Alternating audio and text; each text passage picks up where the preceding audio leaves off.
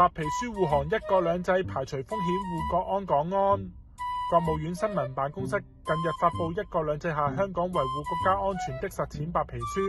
系統闡述香港維護國家安全嘅核心要義、歷史脈絡同埋實踐成果，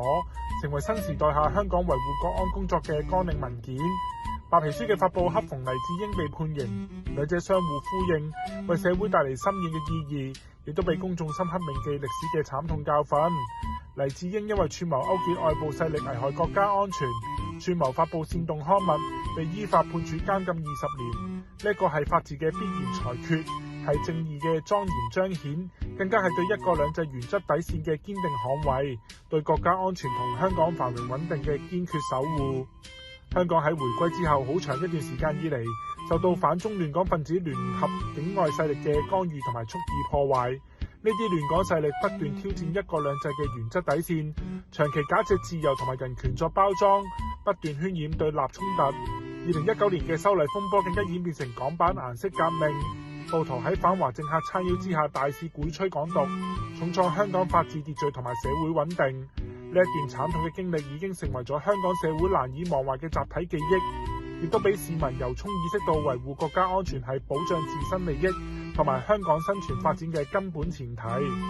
白皮書全面回顧香港維護國家安全嘅鬥爭歷程，更加權威總結一國兩制實踐規律。面對香港曾經嘅亂局，中央堅定不移貫徹一國兩制嘅方針，堅定總體國家安全觀，公布實施香港國安法同埋落實愛國者治港嘅原則，從根本上扭轉咗香港國家安全領域不設防嘅被動局面。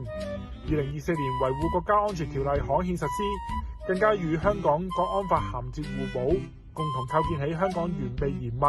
層次分明嘅國家安全法律體系。國家安全係安邦定國嘅頭等大事，係香港由治及興嘅根本保障。一國兩制嘅核心要義就係維護國家主權安全、發展利益，保持香港長期繁榮穩定。白皮書嘅發布以及黎智英案嘅量刑裁決，清晰傳遞出明確嘅信號：喺香港，任何危害國家安全嘅行徑，任何勾結外部勢力破壞香港穩定嘅行徑，無論其隱藏多深、手段多劣，最終都難逃法律嘅嚴懲。